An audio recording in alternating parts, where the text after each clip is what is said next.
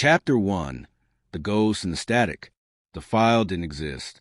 According to the United States government, the Department of Naval Intelligence, and the Pentagon's public records, the USS Forces, a nuclear-powered, experimental deep-sea research submarine, was never built. It was never launched. It certainly never went missing in the South Pacific on October 14, 2023. Dr. Elias Thorne knew otherwise.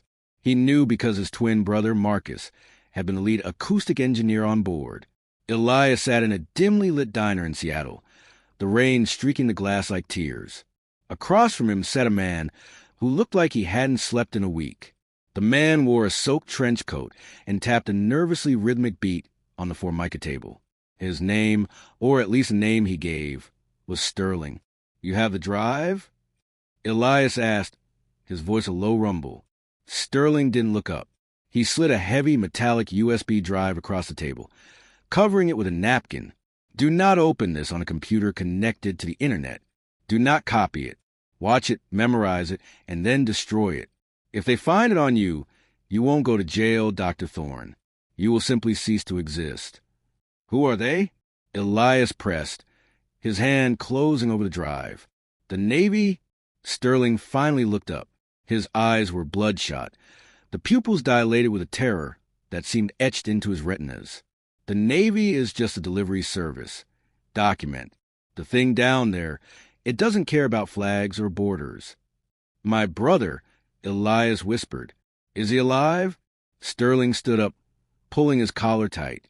He looked out the window at a black sedan idling across the street. "Alive? That's a complicated word where we're going. If you want to find him, you need to go to coordinate set 48 Zulu. But I'm warning you, some secrets are denied for a reason. Not to protect the secret, but to protect the public from the madness of knowing." Sterling walked out into the rain. 3 seconds later, the black sedan peeled away, following him. Elias never saw Sterling again. Chapter 2. The Black Site. 2 weeks later, Elias wasn't in Seattle. He was strapped into the jump seat of an unmarked Osprey tiltrotor aircraft, flying through a violent storm over the middle of the Pacific Ocean. He hadn't used the coordinates Sterling gave him to go on a rescue mission. He had used them as leverage. He had sent a frantic, bluffing email to the Secretary of the Navy, claiming he had proof of biological contamination and treason. It was a gamble. It worked.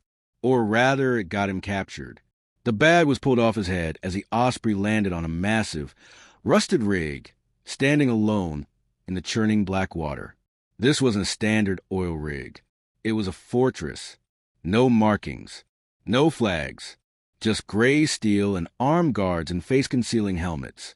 A woman was waiting for him on the rain-slicked helipad. She wore a pristine white naval dress uniform that looked jarring against the grime of the rig. "Dr. Thorne," she said. Her voice was calm, clinical. "I am Admiral Vance. You've gone to great lengths to get our attention. Congratulations. You're now a consultant for Project Abyssal. I want to see Marcus." Elias spat, struggling against the zip ties on his wrists. "Cut him loose," Vance ordered the guards.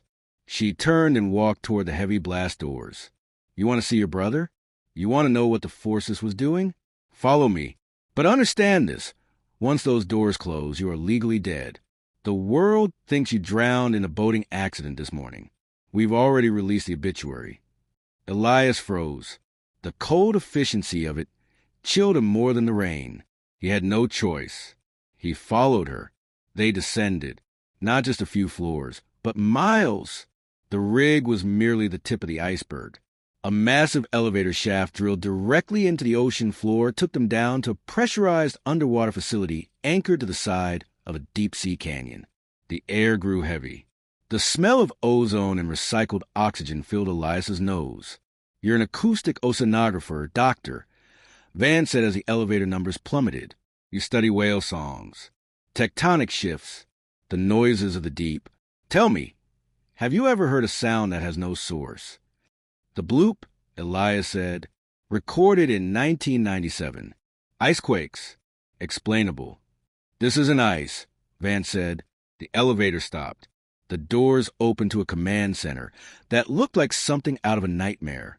One entire wall, was a reinforced glass window looking out into the pitch-black abyss. But it wasn't black. It was glowing. Miles away, in the crushing dark, a faint, violet luminescence pulsed rhythmically. It beat like a heart. "What is that?" Elias breathed. "We call it the Spire." Vance said, "We found it 6 years ago. It's not man-made.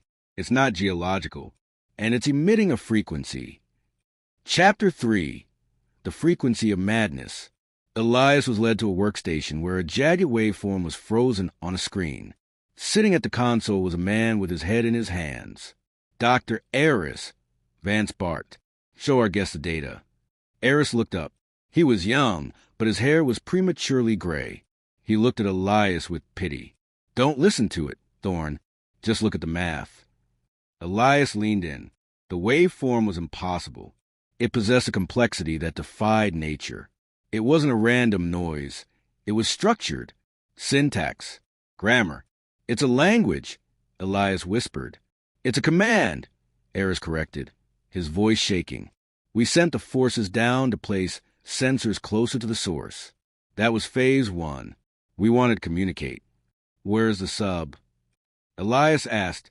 Eris pointed to the window, toward the violet glow. "Down there. It never came back. But it's still transmitting." Vance stepped forward. "This is why you are here, Doctor. Your brother developed the decryption algorithm for this frequency. He locked the files before the sub went down. We need you to crack his code. We need to know what they found. And if I refuse, then you stay here until you rot," Vance said simply. "But don't you want to hear his voice again?" She pressed a button on the console. Static filled the room. Then a voice cut through. It was Marcus, but it sounded wrong. The cadence was off, like he was speaking with a mouthful of water. Beautiful, the geometry of it. "It sings to the marrow." "Elias, you have to hear it. It opens the doors in the brain." The recording cut into a shrieking, high-pitched noise that forced Elias to cover his ears. It wasn't just sound, it was physical pain. He felt his teeth vibrate. "Turn it off," Elias yelled. Vance killed the audio. That was 3 days ago. The Forces is sitting on the seabed, right next to Spire. The crew is alive, but they refuse to surface. "Refuse?" "They say they have found God," Eris whispered. "They say the Navy is trying to deafen the world, and they are the choir." Chapter 4. The Descent. The mission was suicide, but Elias demanded it. He would take a deep-sea recovery drone, a 2-man submersible called the Sharon, down to the Forces. Vance agreed, sending a tactical officer, Lieutenant Graves, to pilot the vessel and ensure Elias didn't try anything heroic. As the Sharon detached from the underwater base and sank into the void, the silence was oppressive. "Don't touch the comms unless I say so." Graves grunted. He was a large man, heavily armed, seemingly unaffected by the crushing pressure outside. "Do you know what's down there, Graves?" Elias asked, watching the depth gauge tick past 20,000 feet. "Target package. Asset recovery. That's all I need to know." "It's not an asset. It's something else." The violet light grew brighter. As they approached the bottom of the trench, the topography changed. The seabed wasn't rock. It was organic. Great ribs of calcified bone rose from the silt. The spire wasn't a tower, it was a spine. A massive, fossilized spine of a creature the size of a city, half buried in the earth. And resting near the rib cage was the USS Forces. It looked intact. No hull breaches. The lights were on. "Hail them," Graves ordered. Elias keyed to Mike. "Marcus, this is Elias. I'm in the Sharon. Do you copy?" Static. Then a laugh. A wet, gurgling laugh. "Elias, you came to the service. We are about to sing. Marcus, open the docking hatch. We are coming aboard." No, the water is better. The metal keeps the song out. We let the water in." Elias's blood ran cold. "Graves, get us close to the bridge window. I need to see inside." Graves maneuvered the sub. The powerful floodlights washed over the command deck of the Forces. Elias screamed. The bridge wasn't filled with air. It was filled with water. The crew was there. They weren't wearing suits. They were floating. their bodies pale and bloated, drifting the current of the flooded compartment. But they weren't dead. They were moving, swimming with unnatural, jerky movements. And their eyes were gone, replaced by bioluminescent growths similar to the spire. Marcus drifted the glass.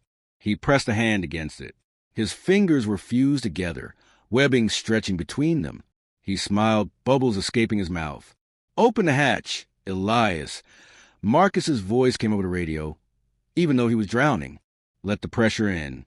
It evolves you. Get us out of here." Elias yelled at Graves. "Abort." "Negative." Graves said, his voice flat. He was staring at the spire. "Do you hear it?" "Hear what?" "Graves drive." "The song," Graves murmured. He reached for his helmet release. "It's so clear now." "Don't." Elias lunged across the small cabin, grappling with the soldier. Graves was stronger. He backhanded Elias, sending him crashing into the control panel. "We have to listen," Graves said, his eyes glazing over. He unlocked the cabin pressure seal. A warning siren blared. Pressure critical. Hull integrity compromised. Elias grabbed a heavy wrench from the emergency kit and swung it with all his might. It connected with Graves' temple. The soldier slumped forward, unconscious, his hand slipping off the release lever. Elias scrambled into the pilot's seat. He didn't know how to fly the Sharon, but he knew how to drop ballast. He slammed the emergency ascent button. The sub groaned, weights dropped, and they shot upward, away from the violet light, away from the monstrosity on the ocean floor, and away from the brother who was no longer human. As they ascended, the radio crackled one last time. "They won't let you leave, Elias. You carry the tune now." Chapter 5, The Outbreak. Elias surfaced in the moon pool of the main facility. Medical teams were waiting. They dragged Graves out on a stretcher and pulled Elias into a decontamination chamber. Admiral Vance was there, watching from behind thick glass. "What happened down there?" she demanded over the intercom. "Their change," Elias shouted, pounding on the glass. "The crew, they're aquatic. Mutated. The sound changes the DNA. You have to seal this place off. You have to nuke that trench." Vance looked at a clipboard. Mutations were anticipated. Survival rates are higher than projected. Excellent. Elias froze. "What?" "We aren't trying to stop it, Doctor," Vance said coldly. "Do you have any idea what the ultimate weapon is? It's not a bomb. It's a soldier who can survive anywhere, who follows orders via hive mind frequency, who feels no fear. You're doing this on purpose. The Forces wasn't a research mission. It was a petri dish. And you brought back the data," Vance said. "We monitored the Karen's telemetry. We recorded the neural patterns of your brother. We have what we need." "You're insane. That thing down there isn't a weapon. It's a cancer." Vance turned to walk away. "Process him, then terminate." But before the guards could enter, the facility shuddered. A deep, resonant boom echoed through the hull. The lights flickered. "Report." Vance yelled into her radio. "Admiral, we have boarders." "Boarders?" "We are 5 miles underwater. Who is boarding us?" "It's the crew of the Forces. They're climbing the anchor cables. They're outside the airlocks." "Oh, God!" "They're cutting to the steel with their hands." Chaos erupted. The facility tilted violently. The song began to blast the facility's PA system, a screeching, alien wail that dropped men to their knees, clutching their heads. Elias saw his chance. The electronic locks on the decontamination door failed. He pushed it open and ran. The corridors were a slaughterhouse.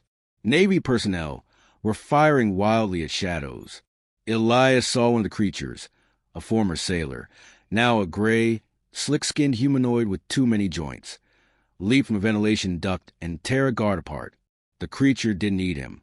It vomited a black, viscous fluid into guard's mouth. The guard convulsed, his skin beginning to ripple and turn gray.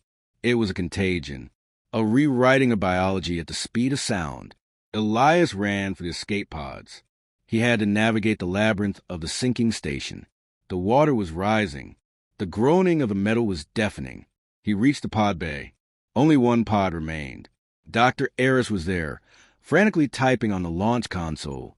He looked at Elias, tears streaming down his face. He was holding a pistol. "We can't let it up," Eris sobbed. "If we go to the surface, we take the song with us. It's in our heads, Thorn. Don't you feel it?" Elias paused. He did feel it. A low hum at the base of his skull. A desire to just lie down and let the water take him. "We can warn them," Elias said. "We have to tell the world. They deny everything." Eris screamed. "The Navy will burn the world before they admit this exists. If we surface, we are just carriers." Eris put the gun in his own mouth. "No." Elias lunged. The gun went off. Eris crumpled. Elias stood alone in the pod bay. The water was lapping at his ankles. The screams of the dying crew echoed in the halls. He looked at the pod. Then he looked at the self-destruct mechanism on the wall. He could end it, blow the station, bury the secret, but the survival instinct was too strong. And the anger. The world needed to know what Vance had done. Elias jumped into the escape pod and punched the launch sequence. As the pod shot away from the station, he looked out the viewport. The underwater facility imploded, a crushing sphere of debris. But below it, in the deep trench, the violet light of the spire pulsed brighter than ever. It wasn't destroyed. It was awake. Chapter 6. Deny Everything. 6 months later. Elias lived in a cabin in the mountains of Montana. He was miles from the ocean, miles from any large body of water. He had sent the files to the New York Times, the Washington Post, the BBC. Nothing happened. No stories ran. The journalists he contacted disappeared or suddenly published retractions, calling him a mentally unstable conspiracy theorist, a disgraced academic suffering from a psychotic break. The Navy released a statement regarding the USS Forces. They claimed it had been decommissioned in 2020. They produced documents, photos, manifests. They erased Marcus Thorne from existence. His birth certificate, his university records, his taxes. Gone. Elias sat by his fireplace, a shotgun across his lap. He knew they were watching. He saw the drones and the tree-lean. He heard the clicks on his landline. But that wasn't what terrified him. What terrified him was the water. He walked into his small kitchen and turned on the tap. The water flowed out, clear and cold. He stared at it. From the pipes, he could hear it. Faint, almost imperceptible. But it was there. The hum. It was traveling through the water tables, through the reservoirs. It was in the rain. The Navy hadn't stopped it. They couldn't. Or maybe they were letting it happen. Slowly, subtly, Elias leaned in close to the running water. "Elias?" The water seemed to whisper. He shut the tap off so hard the handle broke. He went back to his chair and picked up his pen. He began to write, documenting everything again, knowing it was futile. The disturbing secret wasn't that there were monsters in the deep. The secret was that the Navy had found a new god, and they had decided that humanity needed to be baptized. Elias checked the shotgun. He waited for the door to open. He waited for the silence to end. But deep down, he knew the truth. We are all already drowning. We just don't know it yet.